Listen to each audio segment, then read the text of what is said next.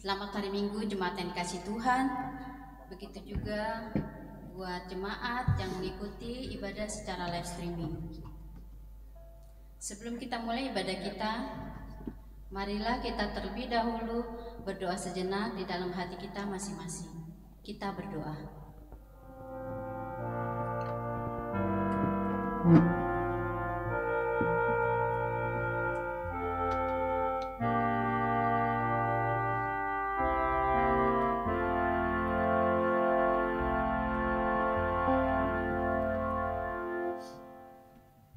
Amin.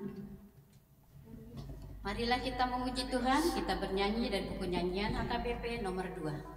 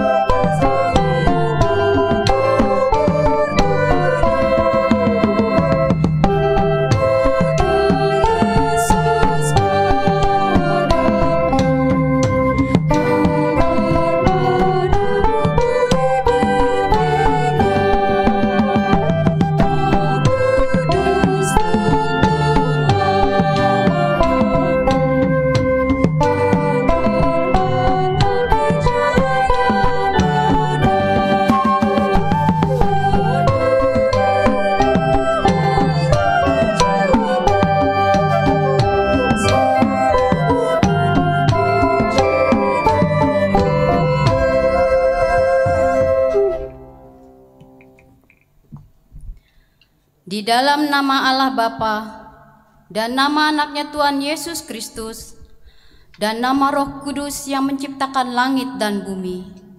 Amin. Sebab aku yakin bahwa baik maut maupun hidup, baik malaikat-malaikat maupun pemerintah-pemerintah, baik yang ada sekarang maupun yang akan datang, tidak akan dapat memisahkan kita dari kasih Allah yang ada dalam Kristus Yesus Tuhan kita. Haleluya.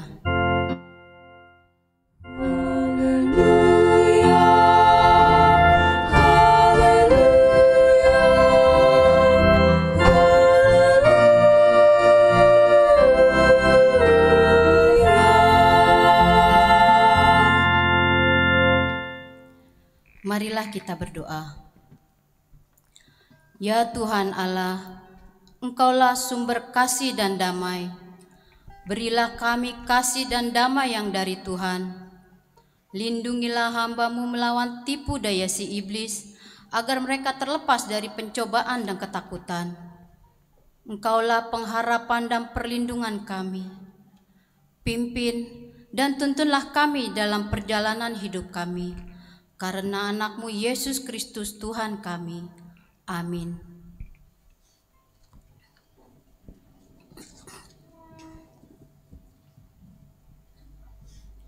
Kita memuji Tuhan, kita bernyanyi dari buku nyanyian nomor 403.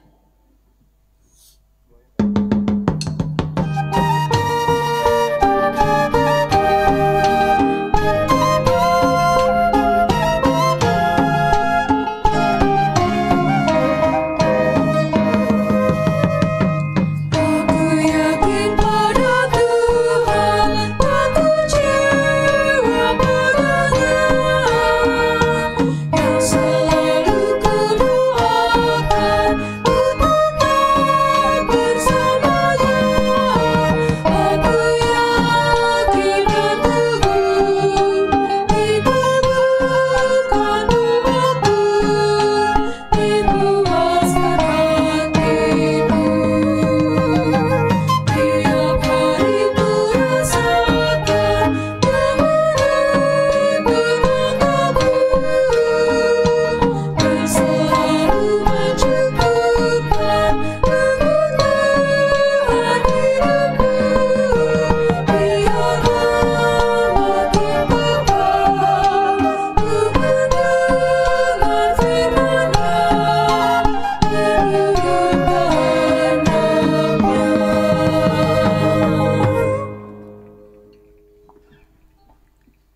Dengarlah hukum Tuhan pada minggu ini, yaitu hukum Taurat pertama sampai dengan hukum Taurat keempat. Hukum Taurat pertama. Akulah Tuhan Allahmu, jangan ada padamu Allah lain di hadapanku. Hukum Taurat kedua. Jangan perbuat bagimu patung yang menyerupai apapun yang ada di langit atau yang ada di bumi, atau yang ada di dalam air di bawah bumi untuk disembah atau dituruti. Hukum Taurat ketiga. Jangan menyebut nama Tuhan Allahmu dengan sembarangan, sebab Tuhan akan menghukum orang yang menyia-nyiakan namanya. Hukum Taurat keempat. Ingat dan kuduskanlah hari Sabat. 6 hari lamanya engkau akan bekerja dan melakukan segala pekerjaanmu. Tetapi hari ketujuh adalah hari Sabat Tuhan Allahmu. Maka jangan melakukan sesuatu pekerjaan, engkau atau anakmu laki-laki atau anakmu perempuan, atau hambamu laki-laki atau hambamu perempuan, atau hewanmu, atau orang asing yang berada di tempat kediamanmu. Sebab pada 6 hari lamanya Tuhan menjadikan langit dan bumi, laut dan segala isinya, dan ia berhenti pada hari yang ketujuh. Itulah sebabnya Tuhan memberkati hari Sabat dan menguduskannya. Demikian hukum Tuhan. Marilah kita memohon kekuatan kepada Tuhan untuk melakukan hukum-Nya. Ya Tuhan Allah, kuatkanlah kami melakukan yang sesuai dengan hukum-Mu. Amin. Marilah kita memuji Tuhan, kita bernyanyi dari buku nyanyian HKBP nomor 176.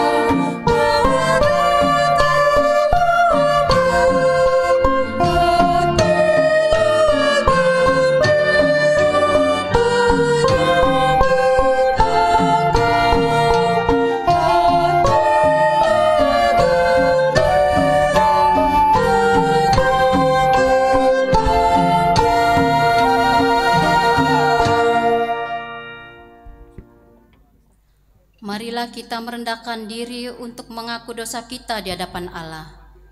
Kita berdoa. Ya Tuhan Allah Bapa Tuhan kami Yesus Kristus, Engkaulah Allah yang Maha Kuasa, pencipta segala sesuatu. Engkau adalah adil menghakimi semua orang. Kami datang ke hadapan-Mu, mengaku segala dosa kami yang kami lakukan karena melanggar hukum-Mu, baik melalui perkataan kami yang tidak benar, maupun karena nafsu keinginan duniawi yang selalu mempengaruhi kami. Kami patut mendapat murka Allah akibat dosa kami itu. Tetapi Engkau adalah Tuhan pengasih dan penyayang. Kasihanilah kami. Ampunilah segala dosa-dosa dan kesalahan kami di dalam anak-Mu Tuhan Yesus Kristus. Karuniakanlah kami Roh Kudus, agar kami setia mengikuti Engkau di dalam kebenaran dan kekudusan, dan memperoleh hidup yang kekal, yang Tuhan janjikan bagi setiap orang yang percaya kepada anak-Mu, Yesus Kristus dan Juru Selamat kami.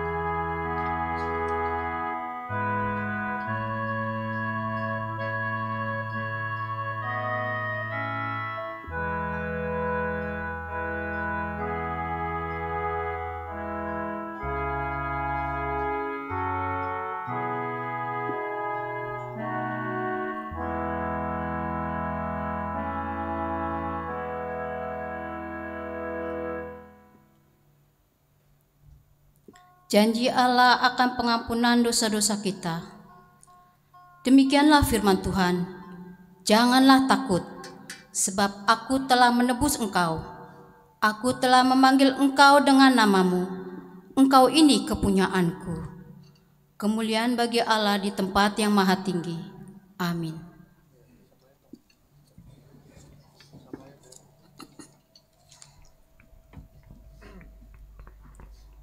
Marilah kita memuji Tuhan, kita bernyanyi dari buku nyanyian HKBP nomor 417.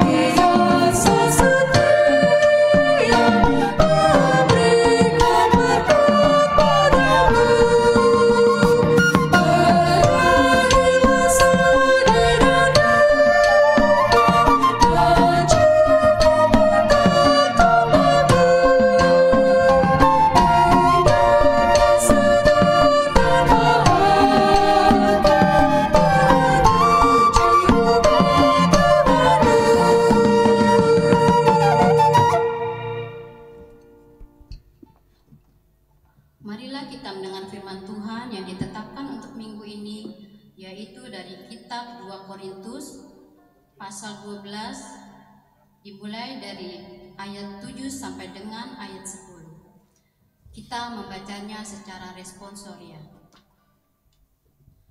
Dan supaya aku jangan meninggikan diri karena pernyataan-pernyataan yang bergeser, maka aku diberi suatu duri di dalam diriku, yaitu seorang utusan iblis untuk membujuk aku, supaya aku jangan meninggikan diri. Lalu berseru kepada Tuhan, supaya utusan iblis itu mundur daripadaku. Tetapi jawab Tuhan kepadaku, cukuplah kasih karuniaku bagimu, sebab justru dalam kelemahanlah kuasaku menjadi sempurna. Sebab itu, terlebih suka aku bermegah atas kelemahanku, supaya kuasa Kristus turun menaungi aku. Karena itu aku senang dan rela di dalam kelemahan, di dalam siksaan, di dalam kesukaran, di dalam penganiayaan, dan kesesakan oleh karena Kristus. Sebab jika aku lemah, maka aku kuat. Demikianlah firman Tuhan. Berbahagialah orang yang mendengar firman Allah serta memeliharanya. Amin. Kita bernyanyi memuji Tuhan dari buku nyanyian HKBP nomor 446.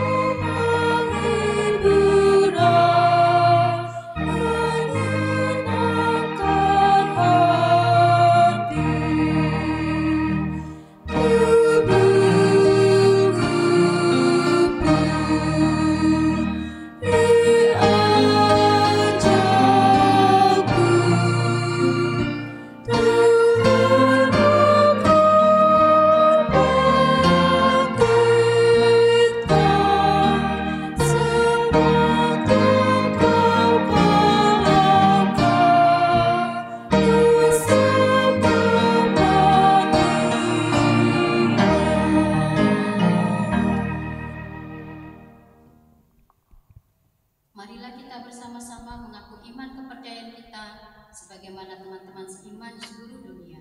Kita bersama-sama mengucapkannya. Aku percaya kepada Allah, Bapa yang Maha Kuasa, Halik langit dan bumi. Aku percaya kepada Yesus Kristus, Anaknya yang tunggal Tuhan kita, yang dikandung daripada Roh Kudus, lahir dari anak darah Maria, yang menderita sengsara di bawah pemerintahan Pontius Pilatus, disalibkan, mati dan dikuburkan, yang turun ke dalam kerajaan maut. Pada hari yang ketiga, bangkit pula dari antara orang mati, naik ke surga, duduk di sebelah kanan Allah, Bapa yang Maha Kuasa. Dari sana akan datang kelak untuk menghakimi orang yang hidup dan yang mati. Aku percaya kepada Roh Kudus dan adanya satu gereja yang kudus, persekutuan orang kudus, pengampunan dosa, kebangkitan lagi, dan hidup yang kekal. Amin.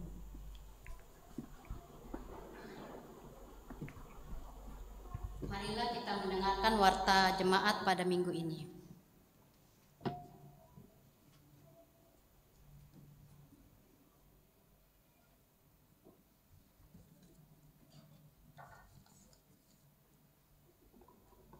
Shalom, selamat hari Minggu buat kita semua. Warta Minggu tanggal 16 Oktober 2022, pelayanan, nama Minggu dan topik Minggu. Nama Minggu hari ini tanggal 16 Oktober 2022 adalah Minggu ke-18 setelah Trinitatis dengan topik Minggu, Allah menjawab setiap pergumulan. Berita anak lahir. Pada hari Kamis tanggal 29 September 2022, Tuhan telah mengaruniakan anak kedua laki-laki di keluarga Novan Dwi Putranto, Ibu Rosalin Verda Gustina Borumanurung dari Wik Rambutan 2. Kiranya Tuhan memberkati anak tersebut dan orang tuanya. Penerimaan kembali calon guru sekolah minggu. Mulai Minggu tanggal 16 Oktober 2022, gereja kita kembali menerima calon guru sekolah minggu. Persyaratan menjadi calon guru sekolah minggu sebagai berikut. 1. Bersedia mempersembahkan diri bekerja di tengah-tengah anak-anak sekolah minggu jemaat. 2. Berperilaku yang pantas ditiru, tidak bercelah, rajin mengikuti kebaktian dan persekutuan dalam melakukan pekerjaan gerejawi. 3. Rajin mengikuti sermon guru sekolah minggu. 4. Berusia sekurang-kurangnya 18 tahun atau sudah sidi. Sebisa mungkin berpendidikan keguruan dan memiliki pengertian tentang perkembangan pikiran, emosi dan fisik anak-anak sekolah minggu dan proses belajar. 6. Dipilih dalam rapat gabungan Dewan Koinonia dan Majelis Tahbisan dari antara warga jemaat dan ditetapkan oleh pimpinan jemaat atau pendeta resort dengan surat keputusan serta diumumkan dalam ibadah minggu. Pelayanan Koinonia. Anggota jemaat baru. Mulai hari ini Minggu tanggal 16 Oktober 2022 telah diterima menjadi anggota jemaat HKBP Keramat Jati, yaitu Viani Permatasari yang baru menerima peneguhan sidi khusus tinggal di Wik Makassar 1. Semoga menjadi anggota jemaat yang baik di tengah gereja kita. Kebaktian Padang Seksi Remaja. Pada hari Sabtu tanggal 22 Oktober 2022, akan dilaksanakan kebaktian Padang Seksi Remaja bertempat di Puperta Cibubur, masuk pukul 9 WIB. Tema, hendaklah kamu sehati sepikir dalam satu kasih, satu jiwa, dan satu tujuan. Didampingi oleh Pendeta Lilis Perawati Boru Tambunan, STH MM. Kunjungan Gerejawi Punguan Elviko. Sesuai program kerja paduan suara Elviko HKBP Keramat Jati tahun 2022 akan melaksanakan kunjungan rohani ke HKBP Tanjung Karang, Resort Tanjung Karang, Distrik 32 Lampung pada hari Jumat sampai dengan hari Minggu tanggal 21 sampai tanggal 23 Oktober 2022 yang akan didampingi oleh Pendeta Resort, Pendeta Dr. Ana CH Vera Boru Pangaribuan. Anggota jemaat pindah. Mulai hari ini Minggu tanggal 16 Oktober 2022 telah pindah anggota jemaat yaitu keluarga Nelson Napitupulu beserta anaknya Freddy, jemaat dari WIK Makassar 1, pindah ke HKBP Resort Cibubur, Distrik 8 DKI Jakarta. Kiranya mereka menjadi jemaat yang bertumbuh di gereja yang baru. Pelayanan marturia, jemaat dalam pembinaan pendeta. Mulai hari ini Minggu tanggal 16 Oktober 2022 diterima menjadi jemaat dalam pembinaan, yaitu Elisa Lambok Kristanti Borusinaga yang datang dari GPDI Graha Indah, alamat Perum Angkasa Puri B nomor 8/30 Jati Asih Bekasi dari WIK Parserahan.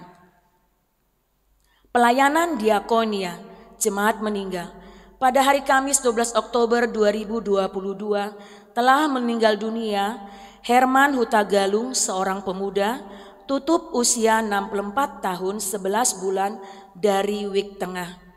Kita berdoa semoga keluarga yang ditinggalkan cepat terhibur. Lain-lain, formasi resort, perayaan Natal kategorial seresort. Pada hari Senin 17 Oktober 2022 pukul 19 WIB sampai dengan selesai akan dilaksanakan rapat rencana perayaan Natal kategorial seresort bertempat di gedung remaja. Dimohon kepada Ketua Dewan Koinonia, Ketua Seksi Sekolah Minggu, Remaja Naposo, Amah, Perempuan dan Lansia, dan seluruh ketua pengumuman kor meliputi kor Gita Harmoni, kor Sangkakala, kor Inahana, kor Ina, kor Paduan Suara Elviko, kor Ama Arbab, kor Lansia, kor Immanuel, dan kor Joshua untuk mengikuti rapat ini. Kebaktian HUT ke-58 dan Pesta Gotilon. Pada hari Minggu tanggal 30 Oktober 2022 pada acara HUT ke-58 tahun dan Pesta Gotilon, acara kebaktian hanya dilaksanakan 1 kali kebaktian pada pukul 9 WIB. Dimohon jemaat hadir mengikuti kebaktian tersebut. Parkiran kendaraan. Dihimbau kepada jemaat yang tinggal dekat dengan lingkungan gereja supaya tidak membawa kendaraan pada acara HUT ke-58 dan Gotilon HKBP Keramat Jati pada hari Minggu tanggal 30 Oktober 2022. Dan bagi jemaat yang naik mobil dan Grab dilarang memasuki area gereja. Undangan. Hari Minggu tanggal 16 Oktober 2022 pukul 19 WIB, Pendeta Resort Pendeta Dr. Ana CH Pangaribuan mengundang tim perumus program kerja dan anggaran tahun 2023, para ketua dewan, anggota dan seksi, dan anggota akan melaksanakan rapat kerja di ruang remaja untuk persiapan penyusunan program kerja dan anggaran tahun 2023. Persembahan hari ini Minggu tanggal 16 Oktober 2022 kita akan mengumpulkan persembahan khusus untuk meringankan beban saudara-saudari kita korban gempa bumi di Tapanuli Utara dan sekitarnya. Persembahan yang akan kita sampaikan setelah khotbah melalui amplop persembahan yang telah disediakan. Hari ini Minggu tanggal 16 Oktober 2022 di kebaktian pagi, siang, dan sore kita akan mengumpulkan persembahan ke pembangunan rehab ruang konsistori HKBP Keramat Jati. Persembahan tersebut akan kita sampaikan setelah khotbah melalui amplop persembahan yang telah disediakan. Setelah acara pembacaan warta akan dibacakan surat dari Eporus. Demikian warta minggu ini, Tuhan Yesus memberkati. PA Raja Tarutung 14 Oktober 2022, nomor 1380-L18-10 Romawi-2022, hal manangyakon sinode godang lampiran kosong, mandapoton nani hormatan, amanami inanami ruas HKBP dengan perantaraan pendeta resort di Inganan Nabe. Tabe mardongan tangyang di bagasan guarni Tuhan Yesus Kristus Raja ni huriai. Tongon dina mangarade huriata nuaing tu sinode godang, masa do lalo na gogo di tapanuli. Alai pinuji matuhani, malua do hitasian par marani, nangpe di deba inganan, adong naso bolas mar minggu, songon nasomal hinorhon ni gereja nasega, binahen ni lalui. Alani i tama do mandok mauliate hita tu debata pardenggan basai, nama ngaramoti hita rap dohot huriana, gabe tarbayan hita, marhahi pason manguduti, aka ulaon dohot parhobasota diganup ingananna. Marhite suraton pina botohon ma tuhamu, amanami dohot inanami, saudo patu paon ni huriata sinode godang na paonop lonopon ima di hari Senin, ro di Kamis tanggal 24 sahat ro di tanggal 27 Oktober 2022. Maringanan di Parsamean Seminarium Sipoholon. Nasi nondangan ni tema marsiurupan mahamu mamorsan akan nadukdoki.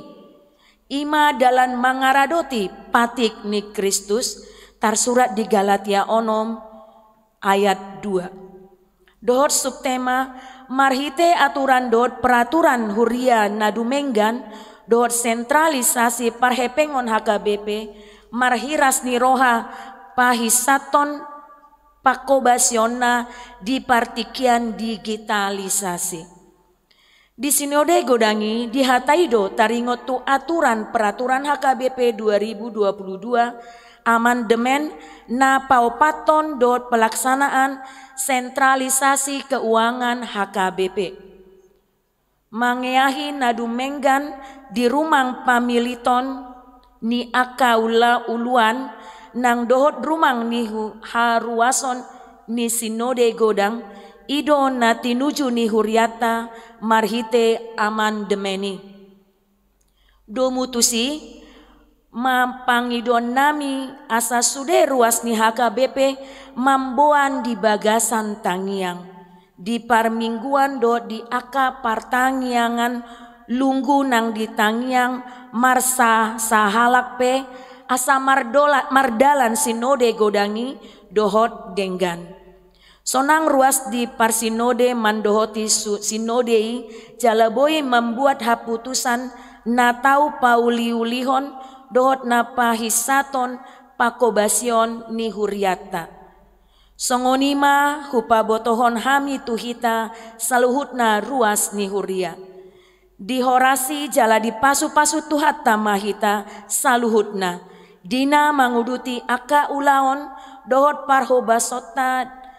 parhobasota be bahin sangap di guarna.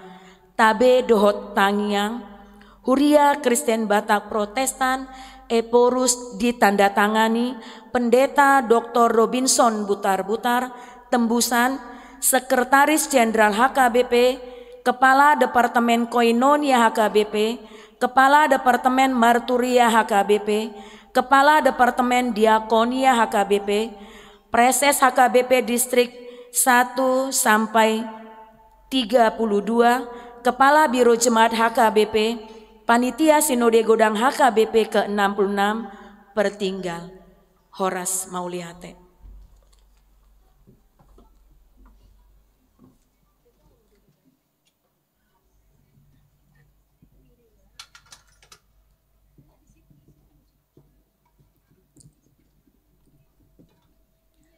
Marilah kita memuji Tuhan dari buku nyanyian nomor 490. Sambil kita kumpulkan persembahan kantong 1A dan 1B.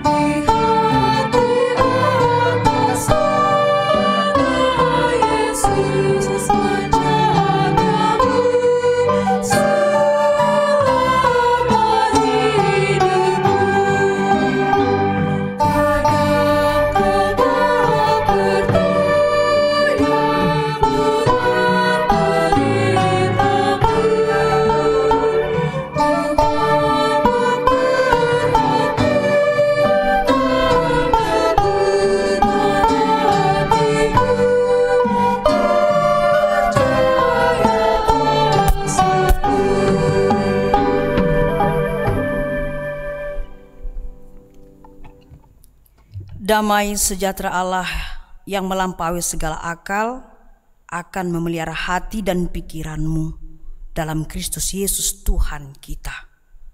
Amin. Shalom. Bapak, Ibu, dan saudara-saudariku yang terkasih di dalam Yesus Kristus, mari kita buka Alkitab kita. Firman Tuhan yang menyapa kita pada minggu sore ini tertulis dalam kitab Nehemia pasal 5, dimulai ayat yang pertama sampai ayatnya yang ke-13. Nehemia pasal 5 ayat 1 sampai ayatnya yang ke-13. Saudaraku yang terkasih, saya akan bacakan untuk kita secara keseluruhan. Demikian firman Tuhan. Nehemia memperhatikan keluhan-keluhan sesama orang Yahudi. Maka terdengarlah keluhan yang keras dari rakyat dan juga dari pihak para istri terhadap sesama orang Yahudi. Ada yang berteriak, anak laki-laki dan anak perempuan kami banyak dan kami harus mendapat gandum supaya kami dapat makan dan hidup. Dan ada yang berteriak, ladang dan kebun anggur dan rumah kami gadaikan untuk mendapat gandum pada waktu kelaparan. Ada juga ada yang berteriak, kami harus meminjam uang untuk membayar pajak yang dikenakan raja atas ladang dan kebun anggur kami.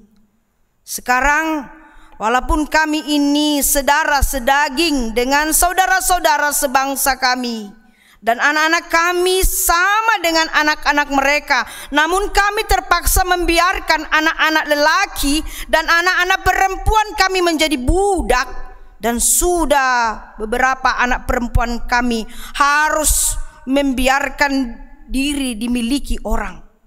Kami tidak dapat berbuat apa-apa karena ladang dan kebun anggur kami sudah di tangan orang lain.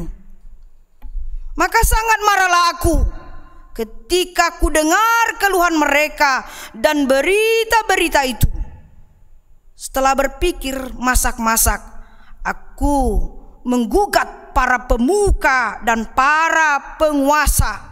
Kataku kepada mereka, masing-masing kamu telah makan riba dari saudara-saudaramu.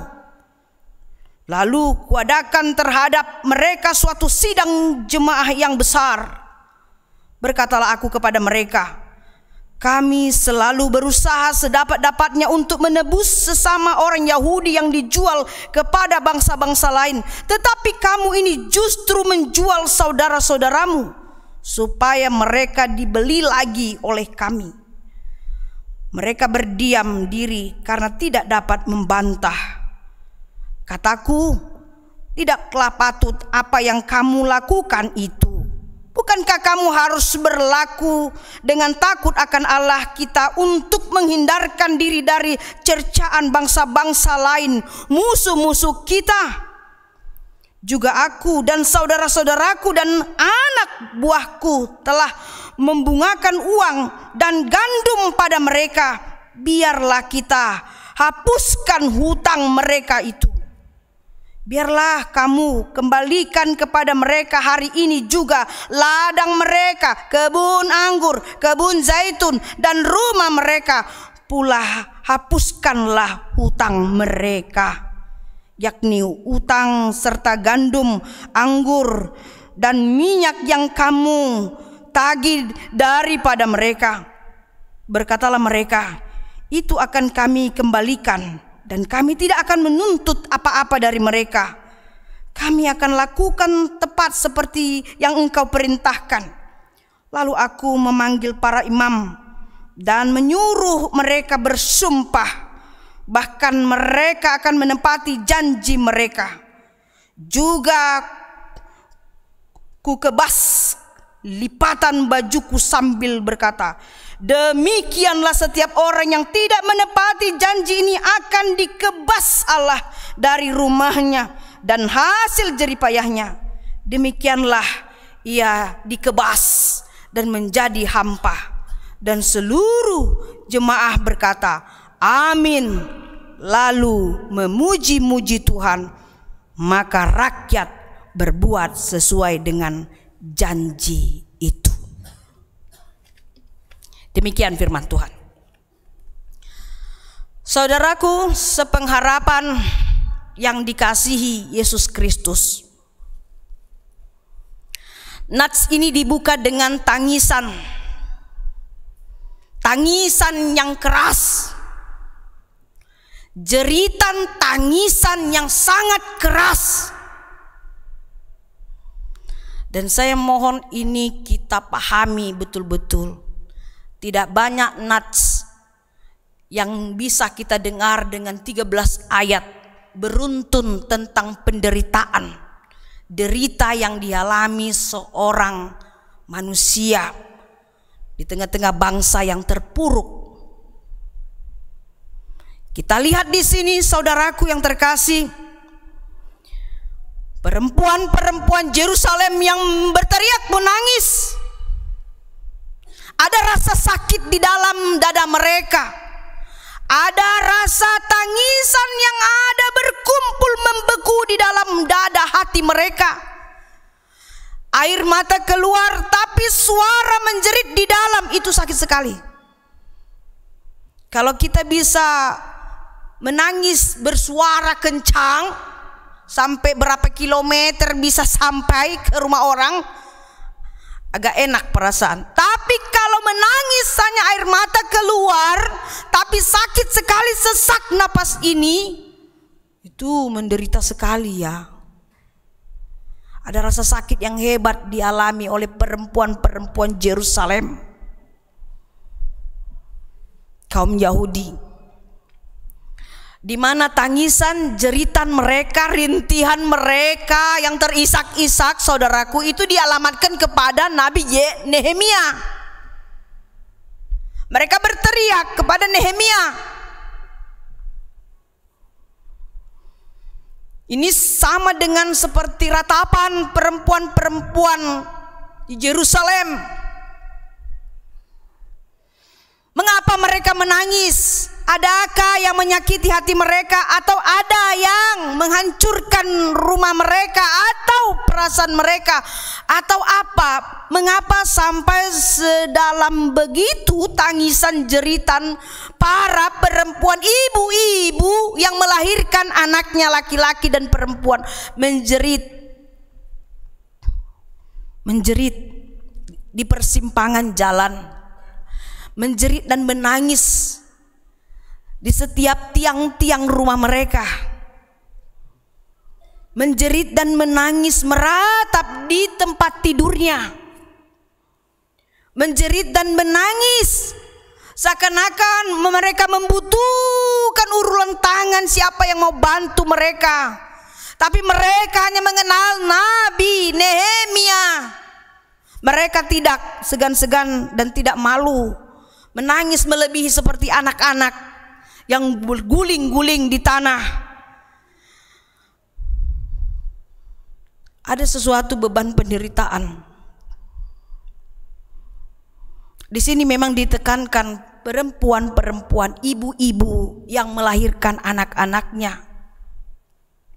Lebih sakit penderitaan yang mereka rasakan ini seperti dibandingkan ketika mereka melahirkan anak-anak itu. Sakit sekali. Dan Nehemia mendengarkan tangisan jeritan itu, rintihan itu.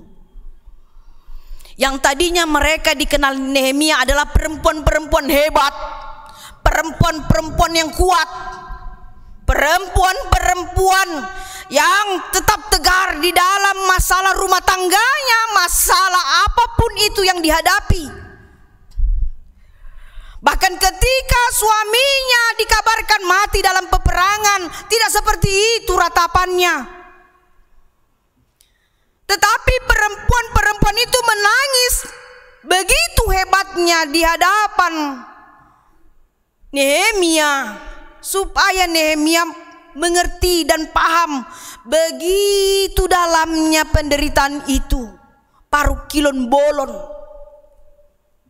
Karena ada masalah, saudaraku. Masalah ini sangat spesifik sekali dan harus diungkapkan. Kalau didiamkan, ini tidak baik. Kalau dibiarkan, akan terjadi kehancuran, kepunahan di dalam kehidupan manusia dan akan mengkrisiskan iman mereka di hadapan Tuhannya. Mereka menangis karena mereka kelaparan. Mereka lapar, Ramanginang. Kalau seorang ibu yang kelaparan, tidak ada lagi uangnya, tidak ada tanahnya, tidak ada lagi ladangnya yang bisa menghasilkan buah anggur dan zaitun. Tidak ada uangnya lagi, kosong melompong. Tanahnya pun sudah digadai, kebunnya sudah digadai, belum lagi berbuah, sudah digadaikan, uangnya tidak ada.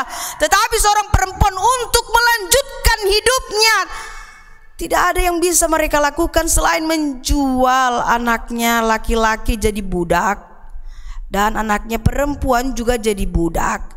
Bahkan anaknya perempuan akan dimiliki orang lain supaya mereka makan, asa mangan nasida, supaya hidup.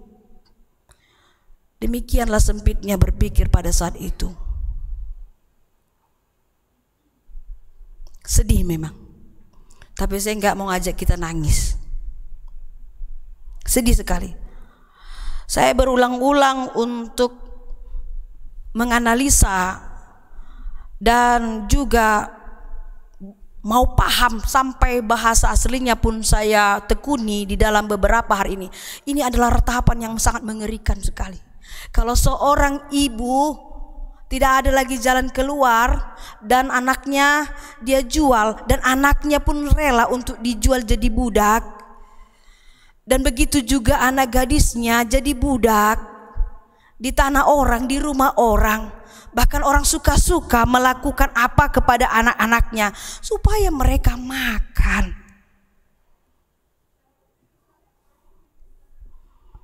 Sadis. Itulah yang terjadi di masa pelayanan Nabi Nehemia. Apa yang terjadi? Sementara ada yang miskin dan ada yang perlu pertolongan karena lapar, tapi ada juga yang memanfaatkan kesempatan dalam kesempitan. Orang-orang kaya pada saat di zaman Nehemia, orang-orang sebagai pengusaha, dan memanfaatkan keadaan itu. Tahu mereka ada yang miskin, ada yang kelaparan, ada yang kurus, kering dan sebagainya, kurang vitamin, sampai mereka menawarkan, kasih ladangmu, kasih pohon anggurmu, kasih anakmu, uangmu nggak ada, nih uang, ini bunganya. Mau tidak mau mereka akan lakukan itu, saudaraku. Mau tidak mau mereka lakukan itu. Makanya dikatakan kalau berbicara tentang bahasa lambung, bahasa perut itu tajam sekali. Jadi kita nggak usah heran kalau zaman sekarang, saudaraku, ada orang demi mengisi perutnya apapun dia lakukan. Jadi dalam konteks perjanjian lama itu pernah terjadi, dan di zaman Nehemia itu pernah terjadi. Hanya untuk makan, untuk menyambung hidupnya, apapun dihalalkan. Kadang mereka berpikir masalah dosa itu nomor 2. Yang penting makan, yang penting anakku hidup, yang penting buruku hidup, kami bisa makan. Apapun dilakukan. Dosa nomor 2. Sangat menyedihkan sekali. Tapi sementara satu sukunya, satu bangsanya, satu bahasanya, satu budayanya, ada orang-orang yang memiliki kuasa pada saat itu memanfaatkan keadaan itu, dan mereka membungakan uangnya sebanyak-banyaknya dengan riba yang tinggi sekali, bunga yang tinggi. Dan akhirnya tidak sanggup dibayar oleh si miskin itu, mereka rampas tanahnya, mereka ambil hasil buah ladangnya, anggurnya, zaitunnya. Kapan bisa mereka mau bayar itu? Nggak bisa, makan aja susah. Ada orang-orang seperti itu memanfaatkan kesempatan dalam kesempitan, tertawa terbahak-bahak, merasa mereka ini waktunya mereka raih, yang penting berjaya, kaya, dan berhasil. Tetapi mereka mengabaikan jeritan saudara sebangsanya. Sama-sama orang Yahudi, sama-sama orang Yahudi, sama-sama tinggal di Yerusalem. Tega demikian. Mereka merampas, menghisap pelan-pelan seperti parasit, menghisap darah sesamanya, saudaranya, dengan tubuna samudar muse, sahuta muse, bahkan samarga muse. Tapi tega melakukan itu. Itulah kalau manusia itu tidak punya rasa kemanusiaan, super tega, super kejam, serakah.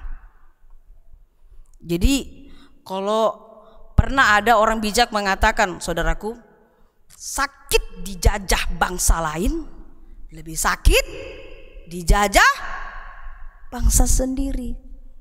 Sakit dijajah orang lain lebih sakit dijajah orang kita sendiri. Mudah-mudahan kita tidak mengalami itu. Sakit sekali.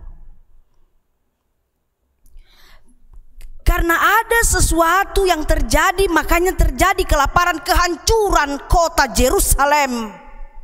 Kota mereka hancur.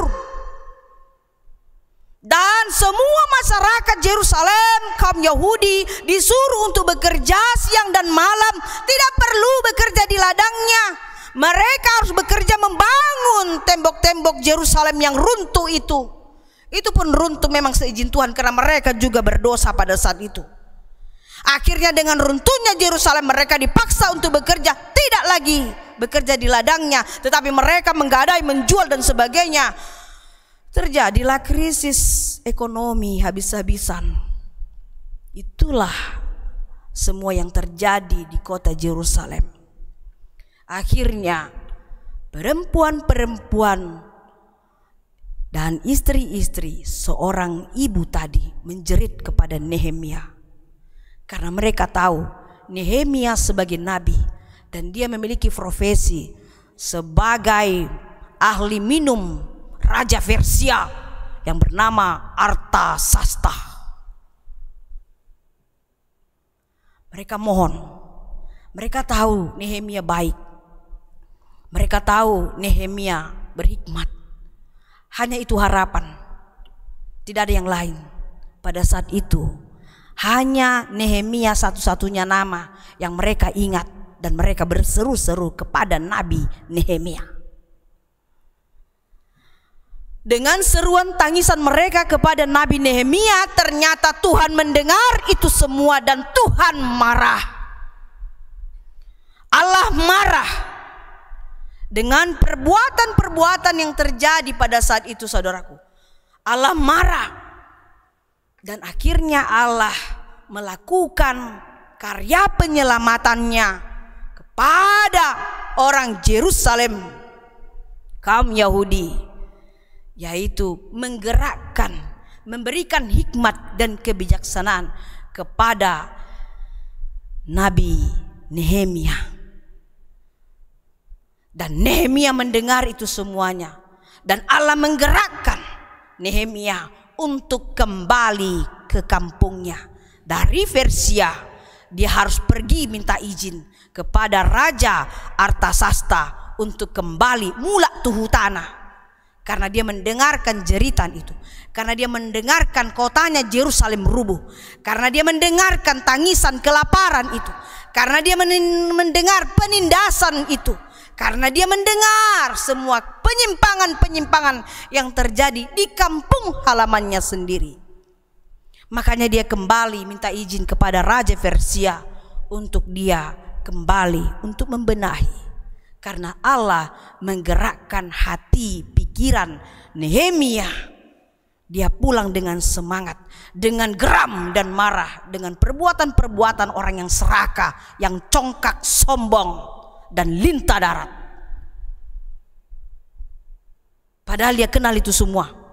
Makanya kita lihat tadi ada pengulangan, saudara-saudara kamu buat kepada saudara-saudaramu. Hai saudara-saudara, kamu lakukan itu kepada saudaramu. Kata-kata saudara adalah Nehemia mengenal siapa yang menindas, dan Nehemia tahu kenal siapa yang ditindas. Makanya ada selalu kata saudara-saudara.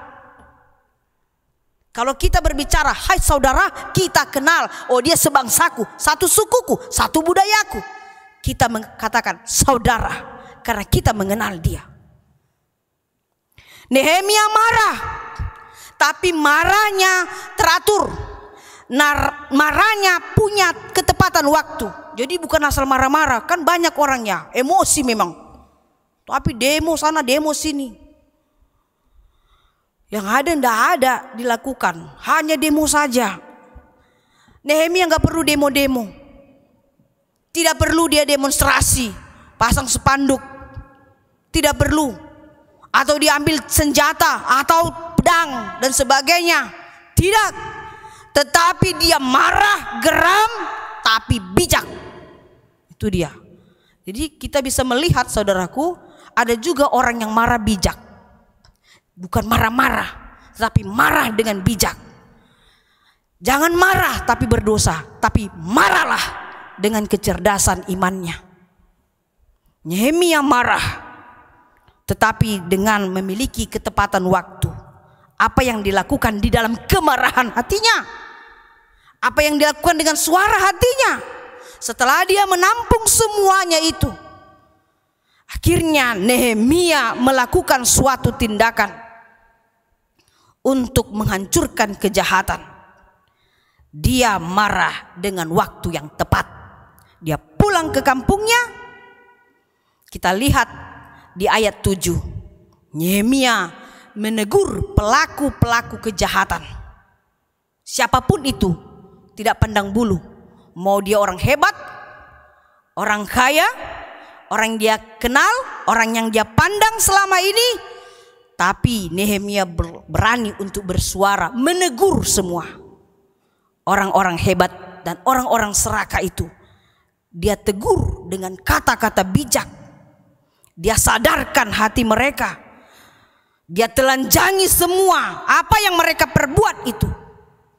Dan dia juga menegur orang-orang tua yang berbuat tidak benar kepada anak-anaknya. Dia menegur semua orang-orang jahat lintah darat yang mengisap saudaranya sendiri. Dia tegur habis-habisan. Dia tidak mau pandang siapa itu.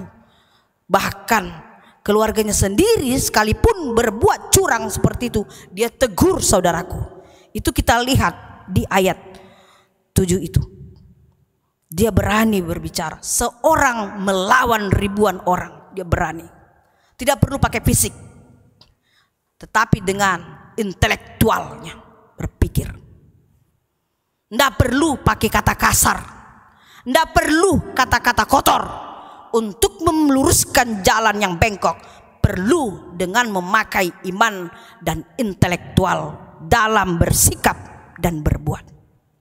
Dia menegur semua orang jahat, dia menegur semua orang tua, dia menegur semuanya perbuatan-perbuatan mereka itu, dan mereka malu semuanya. Yang kita lihat lagi, yang kedua, Nehemia di ayat 8 melakukan resolusi, saudaraku. Dia melakukan resolusi. Ada 3 hal yang dia lakukan di dalam nats ini, ke-13 ayat ini. Resolusi yang dia lakukan pertama adalah mengkontraskan. Apa itu mengkontraskan? Ucapannya dan tindakannya dia laksanakan. Dia sebagai contoh. Penghasilannya selama dia melayani Raja Persia sebagai ahli minum Raja Artasasta, dia berikan, dia sumbangkan kepada semua orang yang kelaparan tadi, supaya orang melihat semua.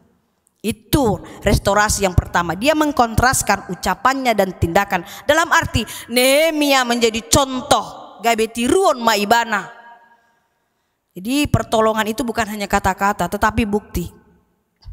Sama seperti kita saat ini kan, ada amplop warna putih kan Bapak Ibu, saudara, kita pegang itu.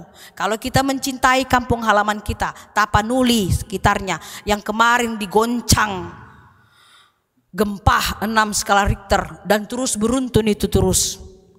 Kalau kita punya care, kepedulian, rasa kemanusiaan, mari kita isi itu. Kita tolong orang yang menangis di sana. Kita tolong rumahnya yang hancur, gerejanya yang hancur, remuk, retak-retak dan sebagainya. Kita tidak tahu sekarang mereka juga sudah dihantui dengan ketakutan.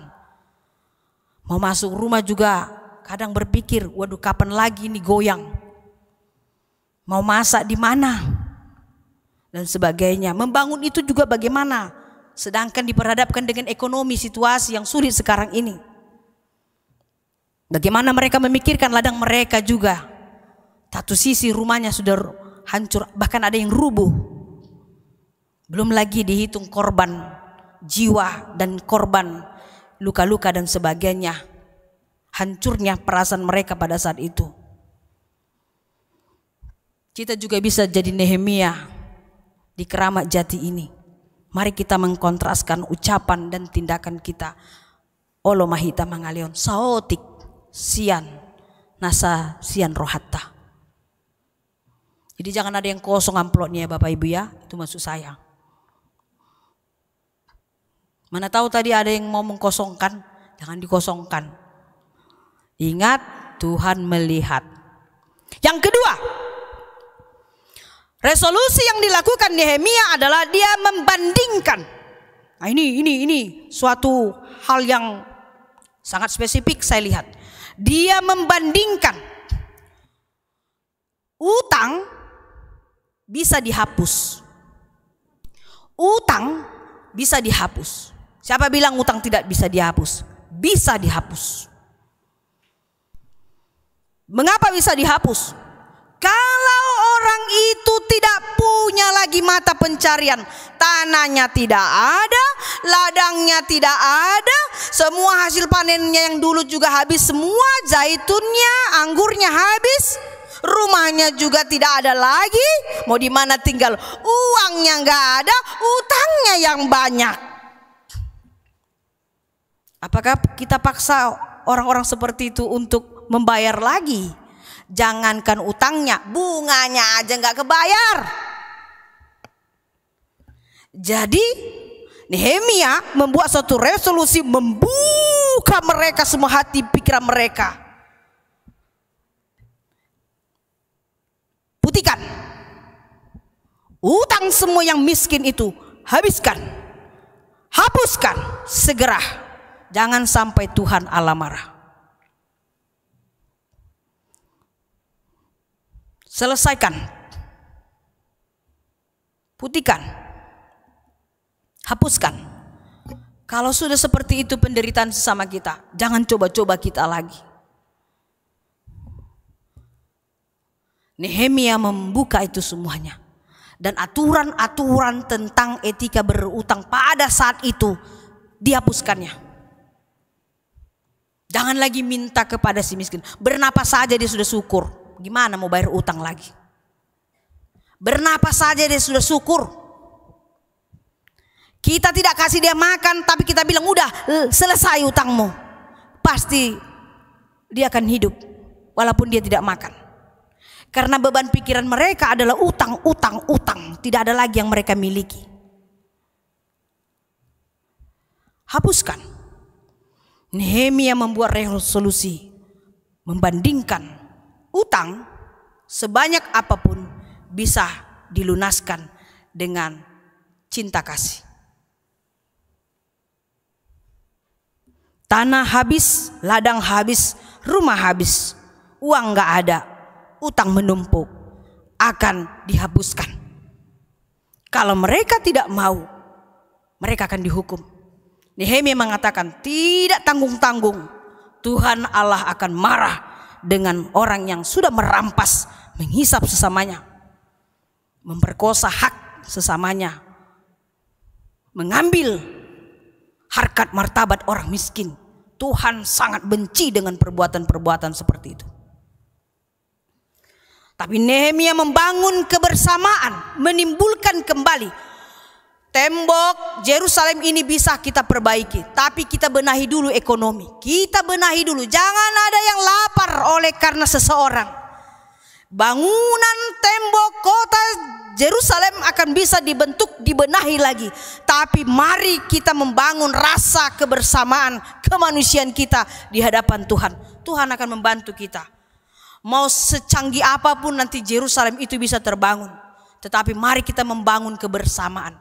Yang penting bagi Nehemia adalah bukan persoalan kecanggihan dan kekokohan kota Yerusalem, tetapi yang mau dibangunnya adalah membangun karakter, membangun rasa solidaritas, membangun kebersamaan, supaya jangan hanya seorang yang bisa hidup di dunia ini, tapi harus semua bisa hidup. Dengan tadi, maulah menghapuskan utang sesamanya yang sudah susah sekali. Ketiga, Nehemia membangun resolusi di tengah-tengah umatnya adalah dia mengajak berkomitmen, berjanji di hadapan Tuhan, supaya semua melakukan perbuatan kasih tanpa terkecuali. Yang punya utang, mintalah permohonan supaya dihapuskan. Yang sudah uangnya dipakai, mengutangkan tadi, maulah mengampuni. Jadi sama-sama ada take and give, memberikan, supaya semua bisa terbangun, supaya semua bisa bahagia, supaya kelangsungan hidup berjalan, supaya mari sama-sama berjalan, supaya kita sama-sama hidup bertahan di dalam krisis yang terjadi pada saat itu. Bangun karakter, bangun kebersamaan dengan membangun ekonomi supaya semua bisa makan. Masalah kota yang runtuh akan dibangun bersama-sama. Itulah resolusi yang 3 tadi Bapak Ibu yang dilakukan oleh Nabi Nehemia. Satu pun tidak ada yang mau menolak, karena apapun yang dia ucapkan benar. Dia mulai dari dirinya sendiri, tidak dari orang, tapi dia mulai dari dirinya sendiri. Dia berani memberikan apa yang dia miliki untuk menjadi suri dan teladan bagi semua orang pada saat itu. Jadi bersatu kita teguh, bercerai kita rubuh. Kalau kita sudah bersatu, Bapak Ibu, pasti kita akan kokoh, berjalan bersama. Saudaraku yang terkasih,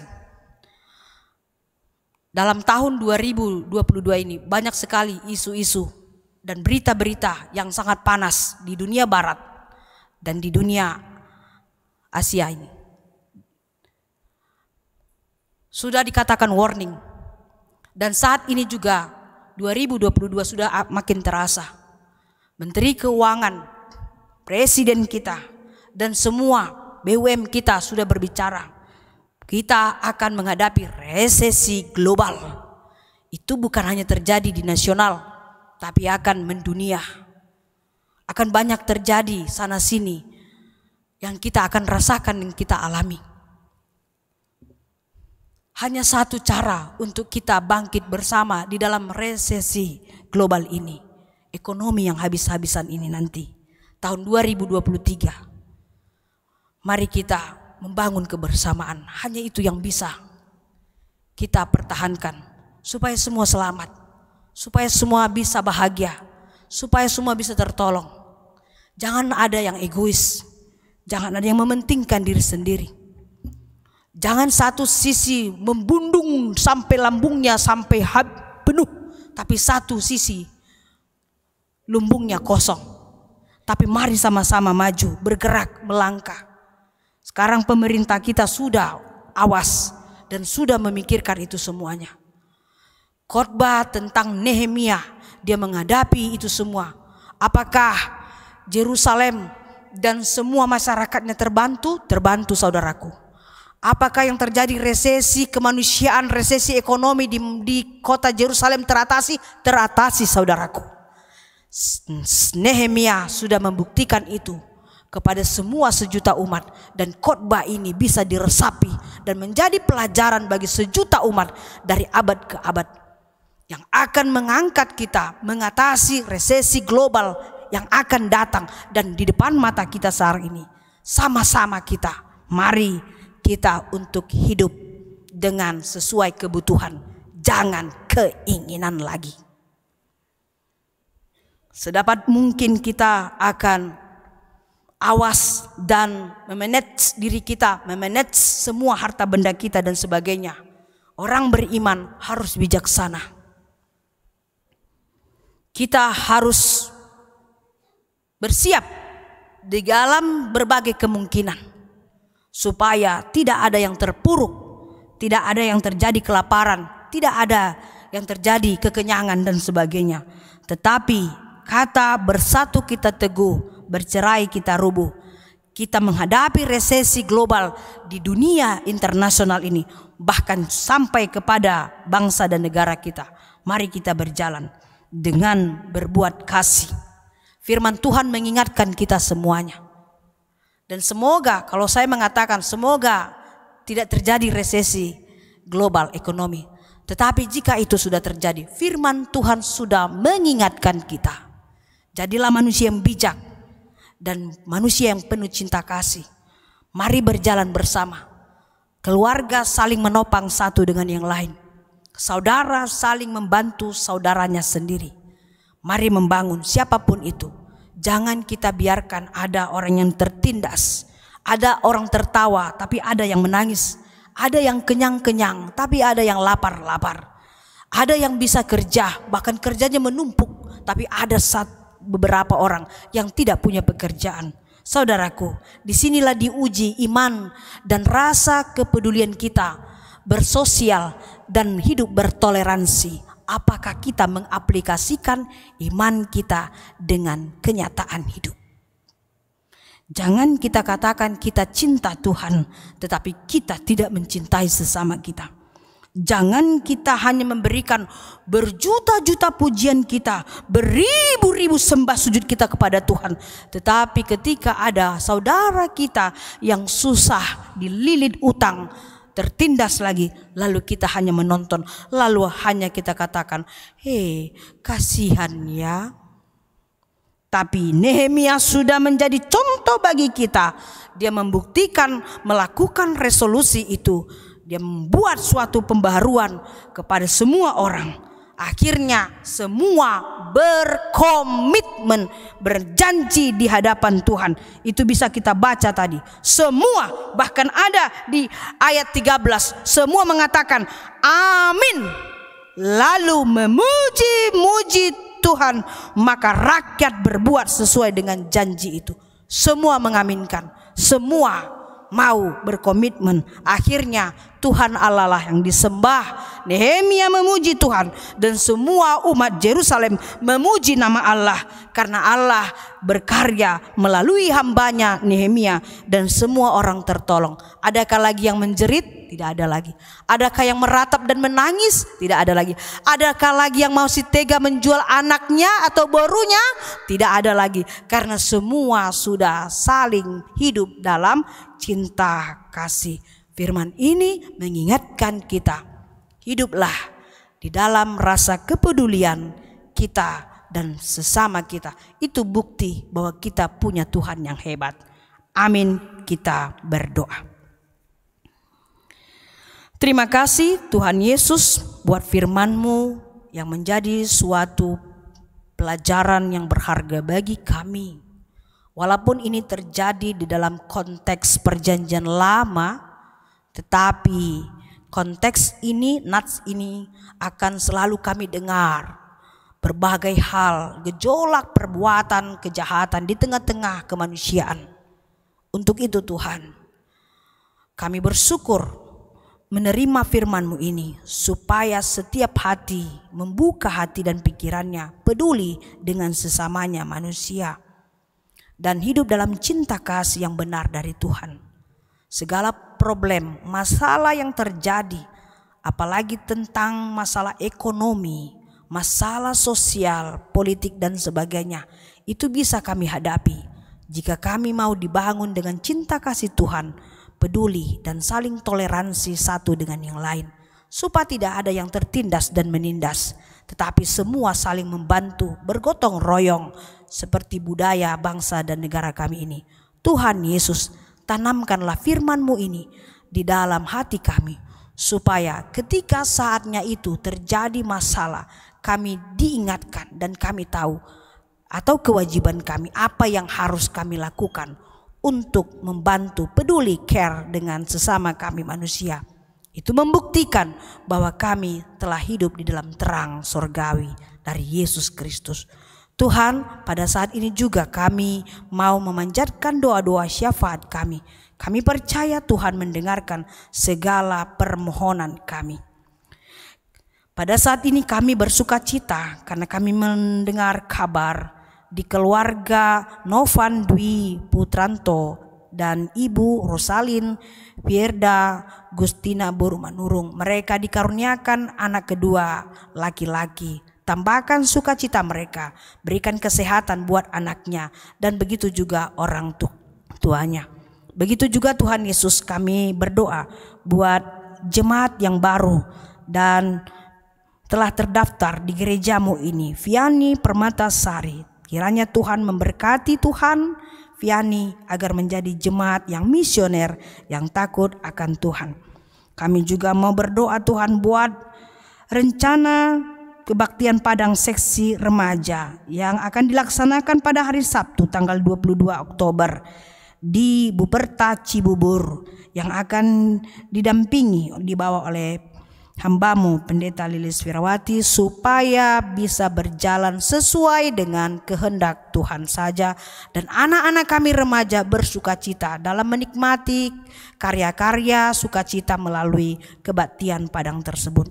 Kami juga berdoa Tuhan Yesus buat rencana program kunjungan gerejawi Punguan Elviko. Tuhan, mereka akan melaksanakan itu nanti di tanggal 21 dan 23 Oktober. Mereka akan pergi berkunjung ke HKBP Tanjung Karang, Resort Tanjung Karang. Tuhan, biarlah Engkau memimpin semua rencana itu terjadi sesuai dengan kehendak-Mu saja. Berkati juga Inang Uluan kami yang membawa Punguan Elviko, Inang Pendeta Dr. Ana. Semualah terjadi Tuhan atas kasih dan sayang-Mu. Tuhan Yesus, kami juga mau berdoa kepada jemaat-Mu yang pindah, yaitu keluarga Nelson Apitupulu beserta anaknya Freddy. Dan mereka akan pindah ke HKBP Resort Cibubur. Kiranya juga Tuhan mengawal perjalanan perpindahan mereka, supaya mereka juga mendapatkan jemaat di sana dengan penuh sukacita, dan mereka juga membawa kabar sukacita di mana mereka bertempat dan beribadah di sana. Tuhan Yesus, kami juga mau berdoa kepada jemaat-Mu dalam pembinaan para hamba-Mu di gereja ini, kepada Elisa Lambok Kristanti Borosinaga yang dia datang dari GPDI Geraha Indah. Kiranya proses pembinaan ini berjalan dengan kasih sayang Tuhan Yesus. Kami juga Tuhan mendengar berita duka cita di mana anak-Mu Herman Hutagalung, yang pada hari Kamis tanggal 12 Oktober yang lalu Engkau telah panggil ke sisi-Mu. Kiranya keluarga yang ditinggalkan beroleh penghiburan dan kekuatan hanya dari Tuhan Yesus, supaya mereka dikuatkan dan dihiburkan oleh dengan kasih sayang Tuhan saja. Kami juga berdoa Tuhan buat semua perencanaan pesta ulang tahun gereja HKBP Keramat Jati yang ke-58 tahun beserta pesta Gotilon yang akan dilaksanakan pada hari Minggu tanggal 30 Oktober. Tuhan Yesus berkati semua panitia yang bekerja keras, berkati semua jemaat-Mu yang sudah memberikan segala sesuatu dengan sukacita bagi gereja-Mu ini. Berkati semua Tuhan, para parhalado yang bersinergi untuk melakukan tugas-tugasnya, agar terciptalah pesta dengan sukacita, karena kami di situ hanya bersyukur dan memuliakan nama-Mu saja. Tuhan, biarlah Engkau berkenan selalu memberkati program-program di gereja-Mu ini, secara khusus pesta HUT dan pesta Gotilon kami. Tuhan Yesus, kami juga tidak lupa selalu mendoakan para keluarga kami yang sampai saat ini di dalam pemulihan karena sakit di rumah, begitu juga dalam proses penyembuhan di rumah sakit. Kami akan sebutkan nama-nama mereka, dan kami percaya Roh Kudus-Mu akan menjamah tubuh jasmani dan rohani mereka supaya mereka dipulihkan dan disembuhkan. Sintua STR Siregar, Nyonya Sintua HA Simatupang Boru Sormin, Nyonya Sintua SM Nainggolan Boru Raja Guguk, Nyonya Huta Galung Boru Simanung Kalit, Nyonya H Aritonang Linci Boru Simorangkir, Nyonya Panjaitan Boru Simanjuntak, Nyonya Manurung Boru Silitonga, Nyonya Tesian Boru Tampu Bolon, Nyonya Sirait Boru Sitorus, Irma Nova Astri Boru Manulang, Nyonya Marpaung Boru Purba P. Sitorus, Nyonya Sidabutar Boru Siahan, Nyonya Sintua Simamora Boru Aritonang, Daud Panjaitan, Nyonya Sirait Boru Simanjuntak, Haludang Boru Siregar, Nyonya MS Sipahutar Boru Hutagalung, M. Malau, Firman Yoga Pardede, Situa F. Aritonang, dan Marcel Sitorus yang dalam pemulihan dan dia lepas dari mara bahaya. Kami bersyukur untuk itu Tuhan Yesus. Begitu juga kepada Nyonya Pangaribuan Boru Samosir, Situa EM Butar-Butar, RS Pardede, Nyonya Gultom Boru Tambunan, Nyonya M Tambunan Boru Simanjuntak, Nyonya Sitorus H Boru Manurung, Nyonya Sintua Pardosi Boru Panjaitan, Nyonya SBP Siregar Boru Sian, BMP Marpaung, Situa LA Sianturi, Nyonya Tambun Boru Siboya, Anton Sian, Nyonya Manihuruk Boru Situngkir, TN Sitorus, Nyonya Siregar Fiesti Boru Sianturi, Agustina Marlina Boru Sipautar, Nyonya Simanjuntak Boru Pardede, Nyonya Sihombing Boru Sibarani, Saud Sitorus, Amelia Gabriela Boru Rumapea, M. Marbun. Begitu juga yang dirawat di rumah sakit hingga saat ini, pulihkan dan sembuhkan. Bahkan berkatilah semua para medis yang membantu proses pemulihan mereka. Piani Boru Sipayung, Effendi Simangunsong, anak baru lahir dari keluarga Novan Putranto Boru Manurung, juga Tuhan akan pulihkan anak mereka dan sembuh supaya keluarga itu penuh sukacita. P. Pardede, RS Merpaung, Diana Boru Pasaribu. Tuhan Yesus, inilah doa kami, permohonan kami. Dengan kerendahan hati kami memohon, Tuhan sembuhkanlah dan pulihkanlah saudara-saudara yang kami kasihi. Dan kami juga memohon kiranya juga Tuhan menyembuhkan penyakit kami. Jika ada jemaat-Mu dan kami semua yang hadir di rumah-Mu ini berkebaktian bersama di tempat ini, jika ada yang mengalami penderitaan sakit penyakit di dalam hati, pikiran, jasmani mereka, Tuhan menjamah setiap tubuh mereka akan dipulihkan oleh kasih dan sayang-Mu. Terima kasih Tuhan. Kami juga merasa manusia yang penuh dengan kekurangan dan dosa. Tuhan akan selalu mengampuni kami. Dalam Yesus Kristus kami berdoa. Amin. Mari kita puji Tuhan sambil mengumpulkan persembahan kita.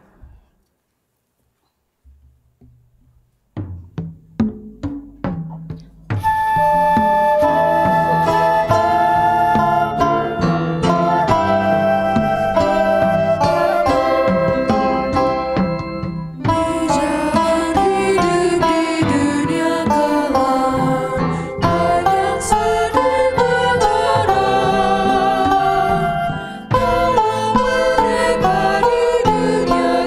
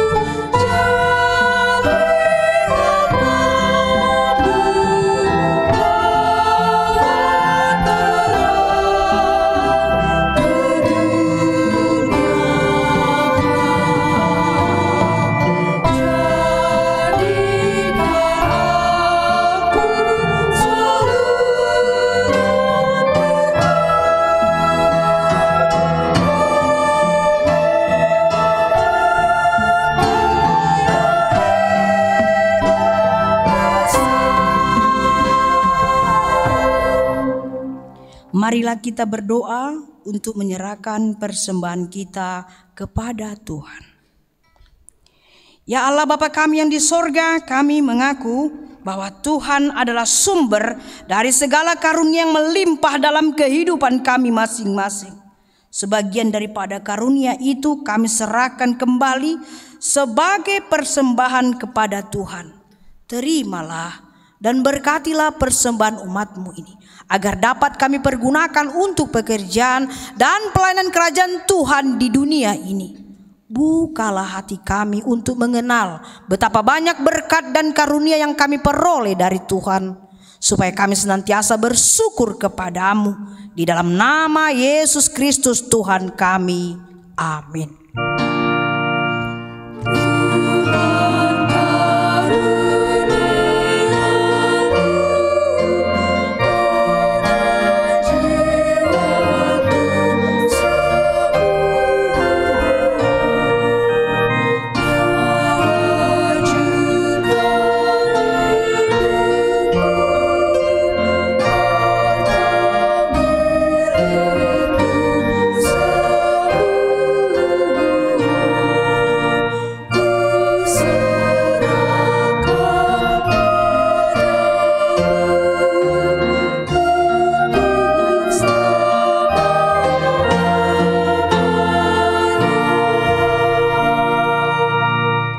Bapa kami yang di sorga, dikuduskanlah namamu, datanglah kerajaanmu, jadilah kehendak-Mu di bumi seperti di sorga.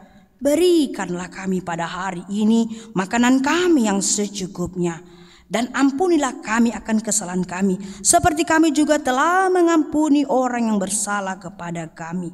Dan janganlah membawa kami ke dalam pencobaan, tetapi lepaskanlah kami daripada yang jahat.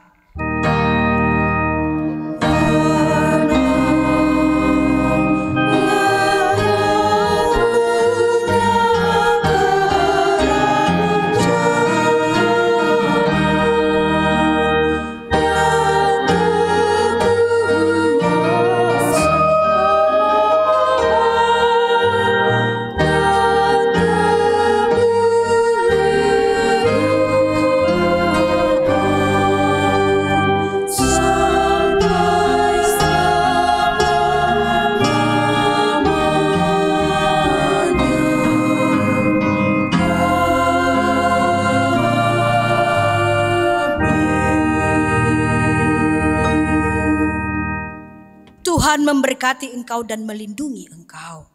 Tuhan menyinari engkau dengan wajah-Nya dan dikasihaninya engkau.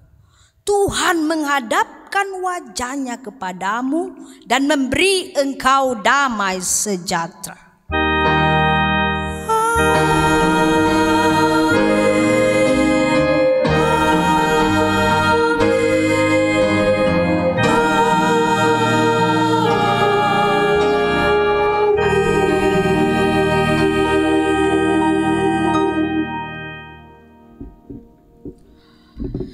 Jemaat yang kami kasihi, selamat hari Minggu. Shalom.